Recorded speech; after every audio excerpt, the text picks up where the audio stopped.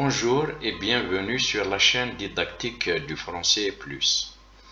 Je vous remercie infiniment pour vos nombreux encouragements. Je vais parler aujourd'hui d'un sujet qui est au cœur de toute étude scientifique, que ce soit celle d'un mémoire de licence ou de master, d'une thèse de doctorat, d'un article scientifique, etc. Il s'agit de celui relatif à la question de recherche et à la problématique. Je vais spécialement parler de la différence entre les deux. Il est impossible qu'on mène une recherche scientifique sans questionnement. Mais pour exposer ou formuler ce questionnement ou le problème posé, on utilise différents termes dont ceux de question de recherche, problème posé, problème de recherche et problématique. Ces termes sont parfois utilisés comme des synonymes. Il est fréquent par exemple qu'on lise dans les mémoires, dans les résumés de communication scientifique et même dans des articles, des phrases du genre « Notre problématique peut être formulée ainsi, quel est l'impact de ». La problématique devient ainsi synonyme du mot question. Le mot est pourtant très polysémique. Sans aller jusqu'à parler d'erreur, je dirais que je ne recommanderais pas des formulations de ce genre car elles conduisent souvent à des confusions terminologiques qui pourraient poser problème non seulement sur le plan de l'écriture scientifique, mais également sur le plan méthodologique. C'est ce qui m'amène à poser la question: quelle est la différence qui est parfois établie entre question de recherche et problématique, ou comment passer d'une question de recherche à une problématique? Ces questions sont très importantes. En effet, comme je l'ai expliqué dans la vidéo que j'ai consacrée aux critères d'évaluation des articles scientifiques par les comités scientifiques des revues, que je vous invite à visionner si ce n'est pas déjà fait. Son lien est donné dans le descriptif de cette vidéo. Dans cette vidéo, j'ai expliqué que le critère qui concerne la problématique revient dans plusieurs grilles d'évaluation des articles. Je l'ai trouvé dans 40 sur les 51 grilles qui ont constitué le corpus de mon étude, et donc avec un taux de 78%, ce qui est un taux très important. Dans son ouvrage intitulé L'art de la thèse, Michel Beau explique que la problématique, c'est l'ensemble construit autour d'une question principale, des hypothèses de recherche et des lignes d'analyse qui permettront de traiter le sujet choisi.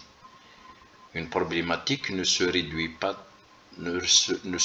donc pas à une question de recherche, elle renferme en plus, entre autres, des hypothèses et des choix méthodologiques.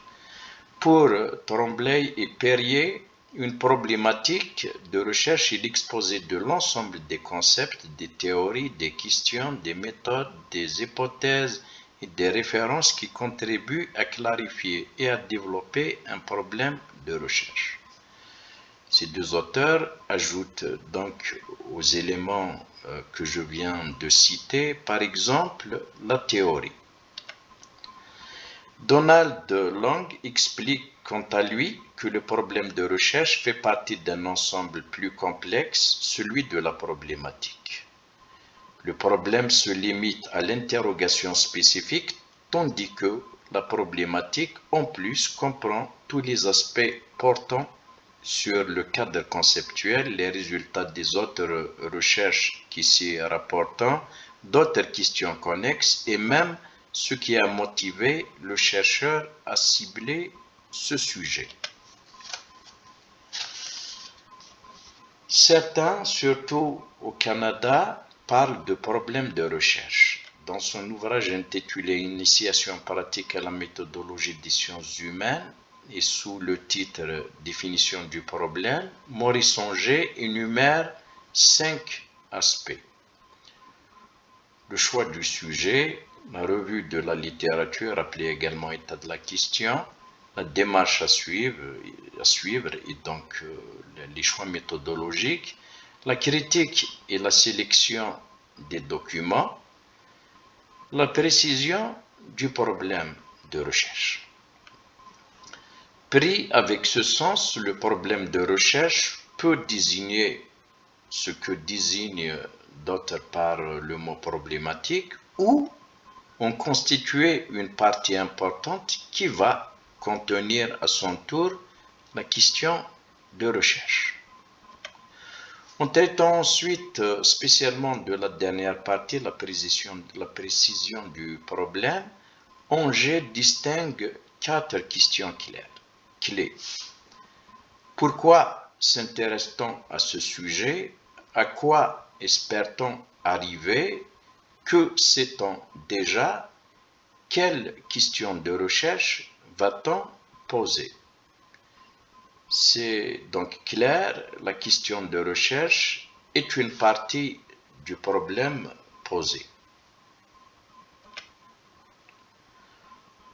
On peut donc retenir que pour tous ces auteurs, la question de recherche ne constitue qu'une partie de la problématique qui contient, en plus des hypothèses, de la théorie, des indications méthodologiques, etc.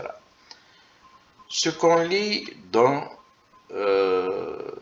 quelques grilles d'évaluation des articles confirme cela. J'ai choisi pour illustrer cela des passages pris dans 6 grilles. Voici 3 exemples. Problématique, question de recherche et hypothèse clairement énoncées.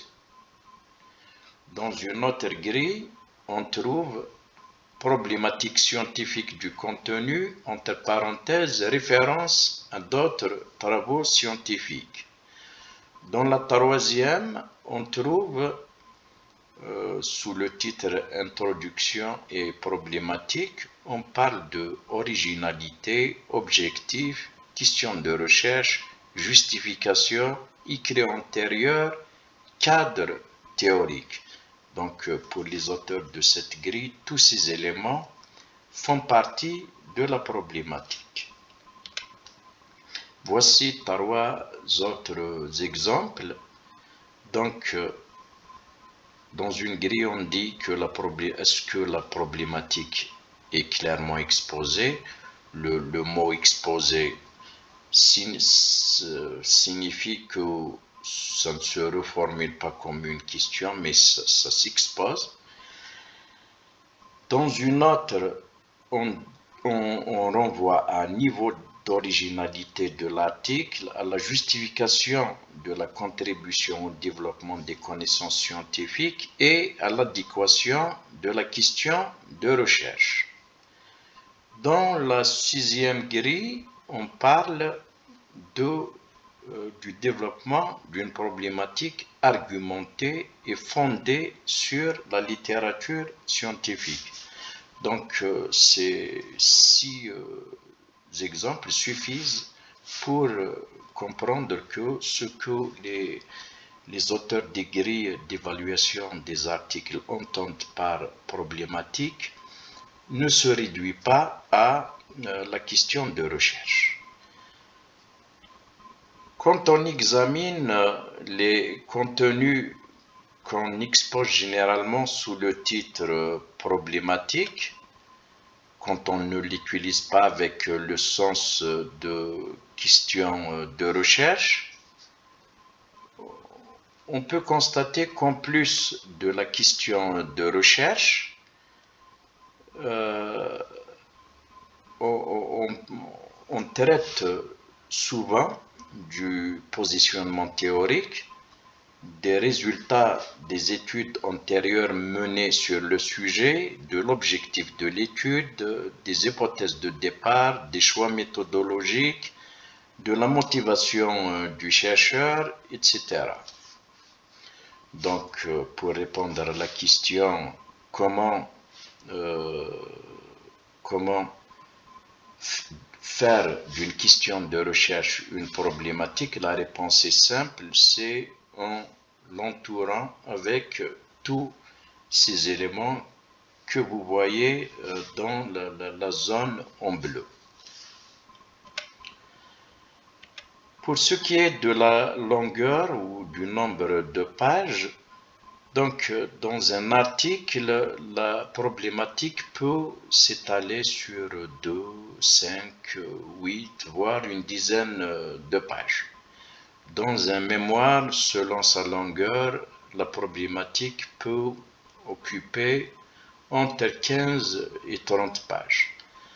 Dans une thèse de doctorat, la problématique peut constituer un chapitre qui pourrait avoir entre 40 et 100 pages.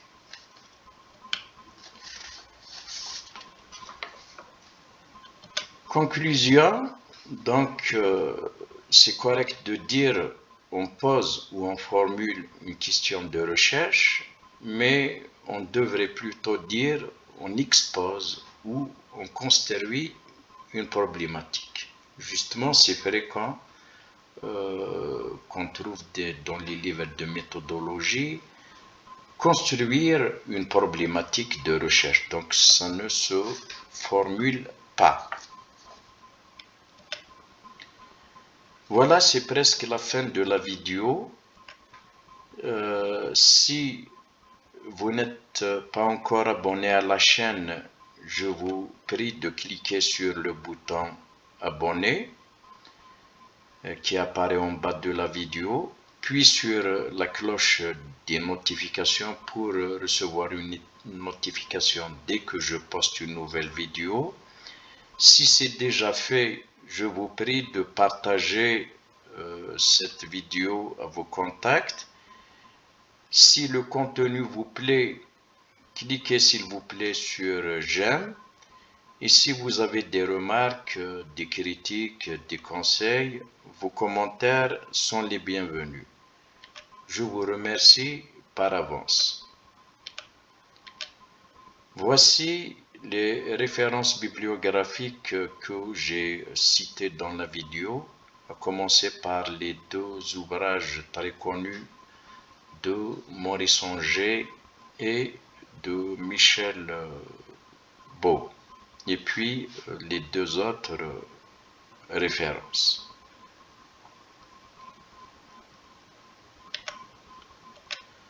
Voilà, mille merci pour votre écoute. À bientôt pour d'autres vidéos et au revoir.